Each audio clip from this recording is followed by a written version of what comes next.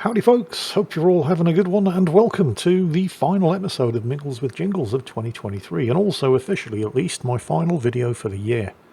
Starting tomorrow, I'm taking my 2-week annual Christmas break. Although, as I'm sure most of you are probably aware by now, I am just as bad at taking time off as I am at everything else that I do, so there will almost certainly, no scratch that, there will certainly be a video or 3 or 4, or maybe 5. We'll see how it goes. We'll see how bored I get, because that's just what happens when I try to take any time off. I get bored, and I like making videos, so there'll be something. I just can't say exactly when. We'll just see how long it takes before I start getting bored and have to do something. That's something for you to post in the comments. How many days do you think it'll take before I crack and have to put a video up? Right, anyway, moving on swiftly, I have a sponsor today. It's NordPass Business again. It probably isn't going to come as a huge surprise to any of you to learn that 80% of all business security breaches are caused by lost and compromised passwords. And compromised passwords is just a fancy way of saying your idiot employee used password as their password. Because of course they do. They've got floors to sweep and shelves to stack and orders to complete, and they have a hard enough time coming up with a reliable password for their own personal use. They're not going to expend any extra effort on ensuring that they come up with a better one for you. And as a business owner, you've got far, far better things to do than worry about keeping track of all of it, ensuring that they do have a decent password that isn't just password, and that they change the passwords regularly. And that is where NordPass Business comes in. It takes care of all of your password security and admin heartaches and leaves you free to concentrate on what's actually important, managing your business. Get yourself a 3-month free trial of NordPass Business today when you click on my link in the description, or just go to nordpass.com/mightyjingles and use the activation code MightyJingles. Well, another year draws to a close. I have to say, globally, 2023 wasn't quite as bad as 2022, or I mean, depending on where you live, 2021, or God help us all, 2020. Although personally, 2023 sucked. First, early on in the year, we lost Crystalline, one of our cats. And then I lost my best friend, Eddie, to cancer midway through the year. And now at the end of the year, I've just gotten the biggest tax bill I've ever seen in my life. So, yeah, 2023, not so good. It's been a pretty good year for gaming, though. Every year, YouTube mails us out our year in review. So my year on YouTube, I saw 165 new subscribers. That's on average. Obviously, I lose some subscribers, I gain some subscribers, but I've pretty much been sitting at 650,000, which is, you know, it's not nothing for the last couple of years. I think I've probably plateaued there. My videos received 24.6 million views. I did 294 videos so far. I mean, this only goes up to, I think, the beginning or possibly end of November. 1.5 million likes, 76.8 thousand comments, and 15.1 thousand shares. My most viewed video from the year was entitled USS Ohio World Damage Record, with nearly 250,000 views. Although it's by far not my most viewed video ever, but it's my most viewed video of 2023, with 250,000 views, which just goes to prove that clickbait titles and thumbnails absolutely do work.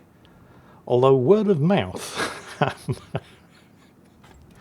because to date, with no clickbait title, no clickbait thumbnail, my most watched video of all times, it isn't World of Tanks, it isn't World of Warships, it definitely isn't Cyberpunk, it's World of Warplanes.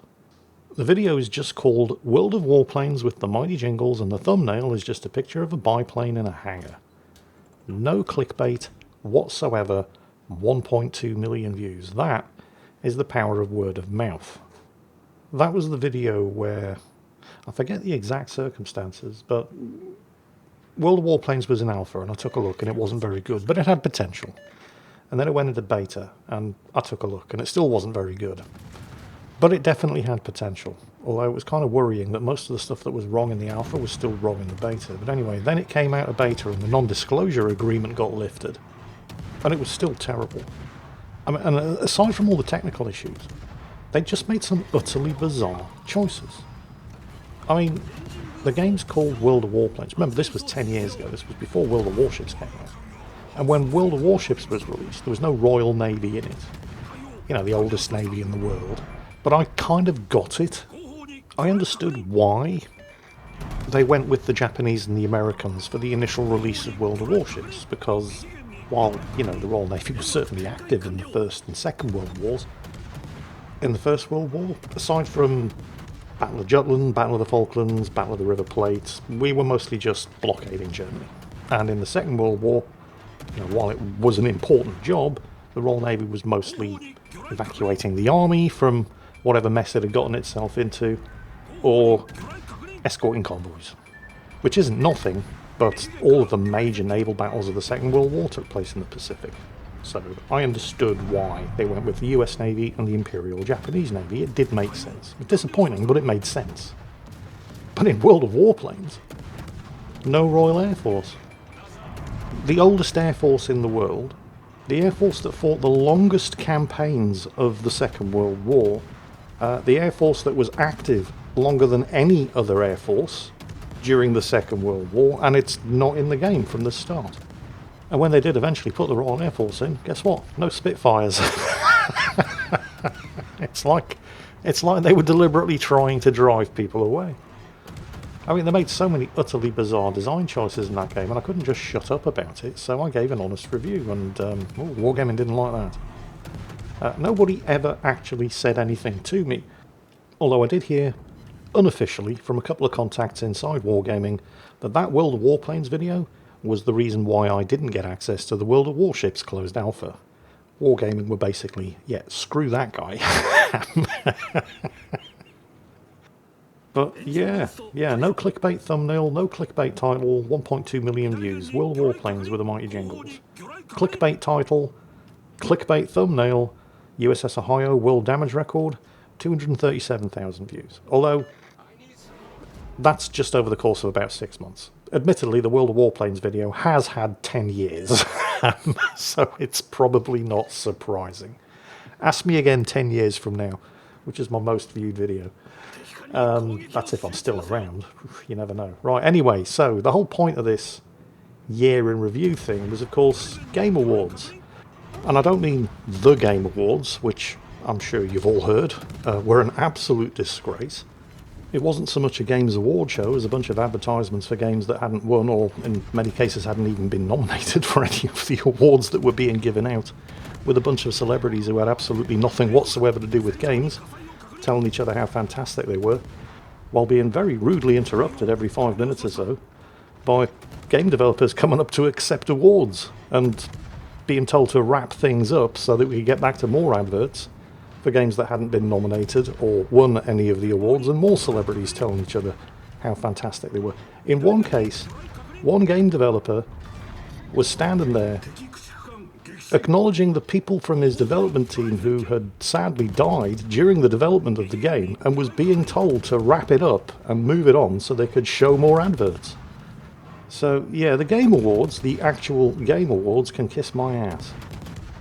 I'm talking here about the Steam Awards, which are far more relevant because they're actually nominated by us, the gamers.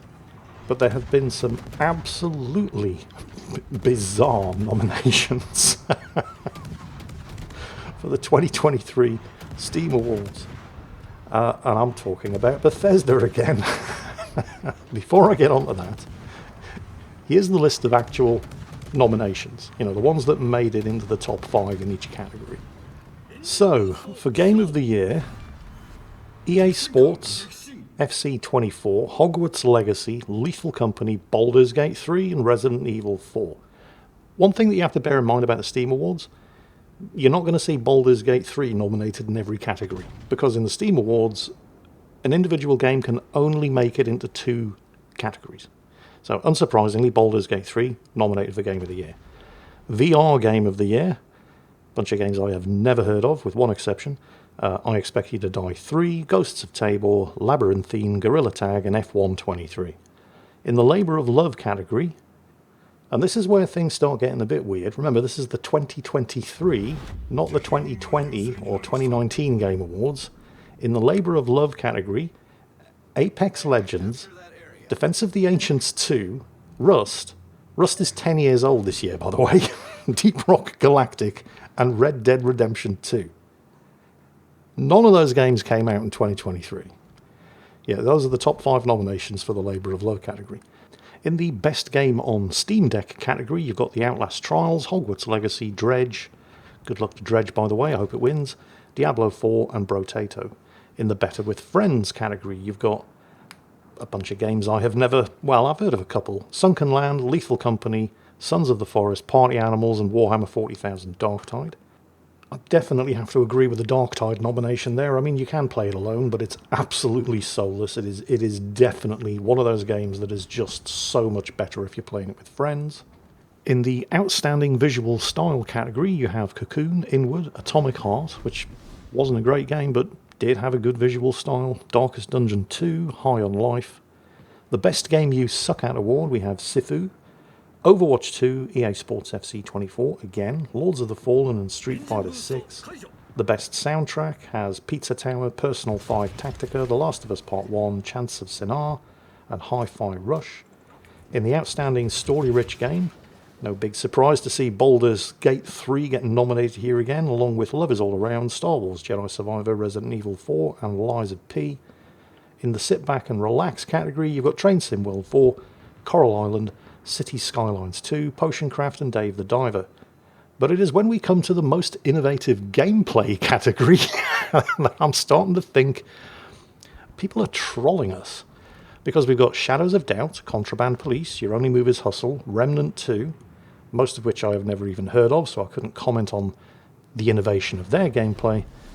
But we also have, wait for it, I hope you're sitting down and strapped in, because in the most innovative gameplay category, we have Starfield. That is not a joke.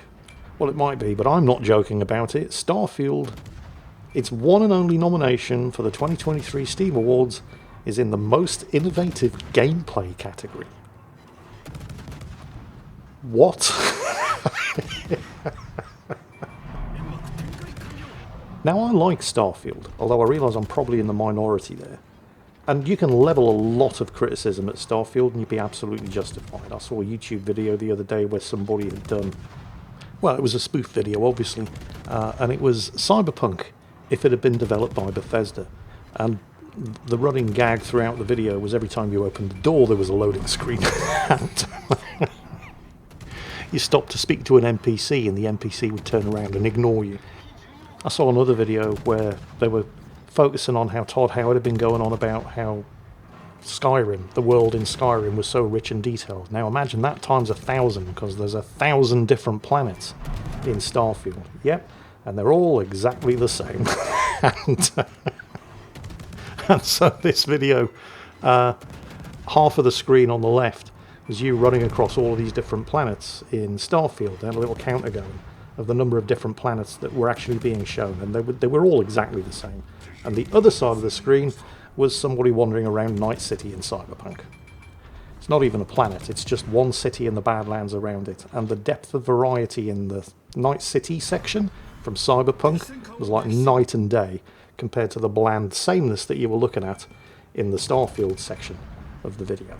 So, yeah, there are a lot of criticisms that you can level at Starfield, and they're all entirely justified, but I did still like the game. But I didn't like it for its innovative gameplay. I liked it because they didn't try to do any innovative gameplay. I'm convinced that Bethesda got so badly burned from the utter dumpster fire that happened with Fallout 76 when they did try to do something innovative, that Todd Howard turned around to the team at Bethesda when they were in the design process of Starfield and said, do not try anything new, just do Skyrim, but in space. That's all you need to do, because that is all Starfield is. There is as much innovation in Starfield as there is honesty and integrity and basic compassion for humanity in the government benches in the Houses of Parliament. And it's been nominated for most innovative game. I'm convinced this is some kind of troll. If you were to Google the phrase Starfield most innovative gameplay, you'll get pages and pages of results of videos and websites basically all saying, what?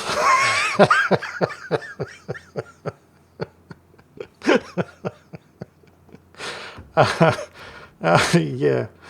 I'm convinced somebody's trolling us. Was there some kind of secret campaign on Reddit to get this game nominated in the least deserving category? If there is, it's the best, most secret troll campaign in history. Because there's no way this happened naturally. Just, what? I mean, even people who like Starfield, like me, have to concede that there is absolutely nothing innovative about the gameplay. I mean, I could kind of understand Bethesda fanboys somehow getting together enough nominations to get it up there for Game of the Year. It would never win, but I can see it being nominated for Game of the Year. But the fact that it's only been nominated in most innovative gameplay just reeks of trolling. If it is, I mean, that's just brilliant. That's the kind of joke I can get behind. But if people are actually serious, really? Put the crack pipe down and step away from the keyboard, guys. They've got to be trolling us. There's just no other logical explanation. I sincerely hope so, because it's hilarious. I mean, it's never going to win most innovative gameplay, but just the fact that it's been nominated is absolutely hilarious. So well done, guys, whoever you are.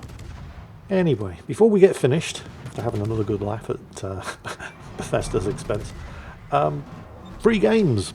Epic Game Store are at it again. Now, I realise that some of you are ideologically opposed to getting yourself an Epic Game Store account, and if that's the case, that's absolutely fine. But for those of you who aren't, they have 17 free games that they're giving away between, well, when the sale started, and January the 10th. So still plenty of time to grab yourself some freebies.